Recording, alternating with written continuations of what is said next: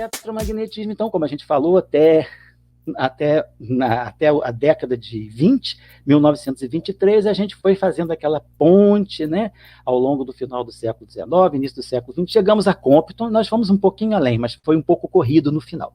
Então, nós chegamos a Compton, em 1923, quando ele confirma experimentalmente que o quantum de energia da onda eletromagnética é uma partícula. Tem momento linear, adquire o status de partícula, que é o fóton. Então, agora nós temos a partícula de luz. Então, nós temos uma nova partícula. A mecânica quântica está embrionária, ela está vindo durante o primeiro quarto do século, até que em 1924, de Broglie, inspirado também pelo trabalho, pelo resultado de Compton, ele vê a onda é partícula, e a partícula também pode ter um comportamento ondulatório. Na verdade, o comportamento ondulatório da partícula, ela só é revelada nos experimentos de 1927, né, difração de raio-x em cristais, é quando se vê a natureza ondulatória do elétron, que é 1927, que é um ano crítico para a mecânica quântica, que é quando sai a equação de Schrödinger, quando sai a equação de Pauli, e quando sai também a quantização que Dirac faz do campo eletromagnético, não da partícula, mas do campo eletromagnético. Então, 1923, Compton, fóton. Isso já é um impacto no eletromagnetismo. Agora, vamos olhar as equações de Maxwell, né, como descrevendo ondas, mas essas ondas podem ter um comportamento corpuscular. Então, isso aí, qual é o impacto disso no eletromagnetismo? E olha que a mecânica quântica ainda não está formulada.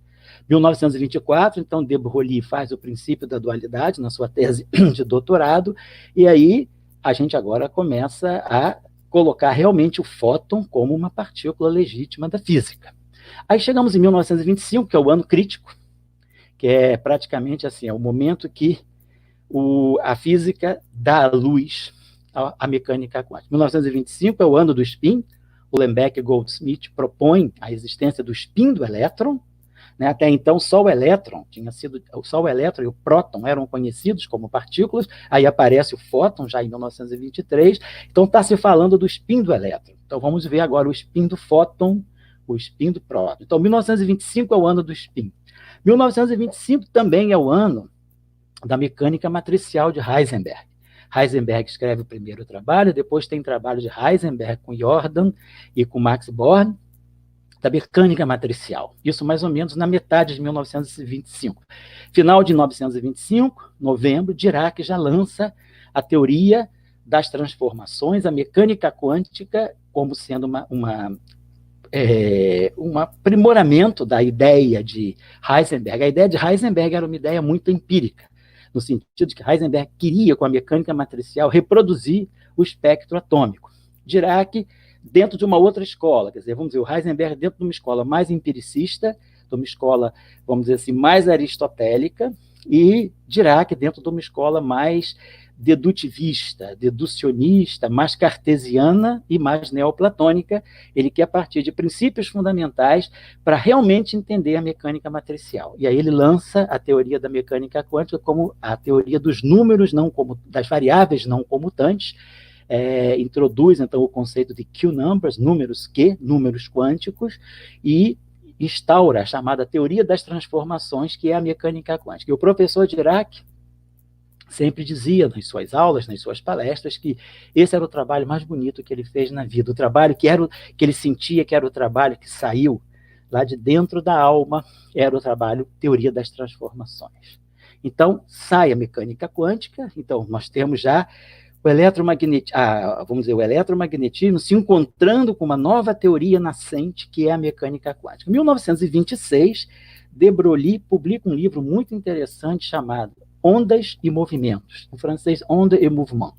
Esse livro aí, ele já começa a perceber que, se o fóton é uma partícula, então o espalhamento de luz, quer dizer, a interação de ondas eletromagnéticas, ele vai refrasear em termos de colisão de fótons. E ele já começa a perceber que a colisão de fótons, ela levanta uma dúvida sobre a linearidade do eletromagnetismo. Porque vamos pensar assim, quanto mais fundamental é uma teoria, Quanto mais microscopicamente a gente quer analisar a natureza, mais não linearidades a gente vai encontrando. A linearidade é algo talvez mais macroscópico. A gravitação, né? A mecânica newtoniana, né? É uma mecânica baseada no princípio da superposição, da linearidade. Quando a gente vai olhar a gravitação do ponto de vista da relatividade geral, a gravitação se torna completamente não linear. A gente está fazendo uma análise mais profunda, né, do fenômeno gravitacional na sua essência. A mesma coisa com o eletromagnetismo.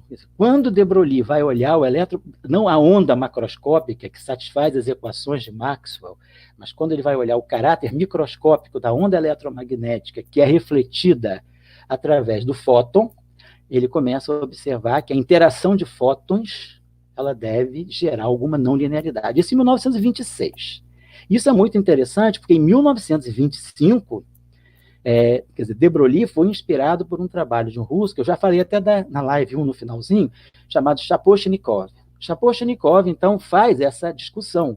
Ele vai falar das colisões de quanta de luz, a colisão das partículas de luz, ao invés de falar da interação de ondas eletromagnéticas. E aí, Shaposhnikov abre essa discussão, de Broglie aprofunda e publica nesse livro muito bonito chamado Ondas e Movimentos, e em 1926 a 1933, eu nem vou relatar aqui, mas quem for olhar a literatura dessa época, de 1926 a 1933, tem uma literatura, uma atividade muito intensa, né, em termos de estudar, tanto do ponto de vista teórico, quanto já do aspecto experimental, experimentos sendo realizados para discutir a colisão dos fótons, a colisão das partículas de luz e verificar, realmente avaliar se valia ou não a linearidade. Então, é um período rico, já se discutindo a não linearidade, a possível, a eventual não linearidade do eletromagnetismo nesse regime microscópico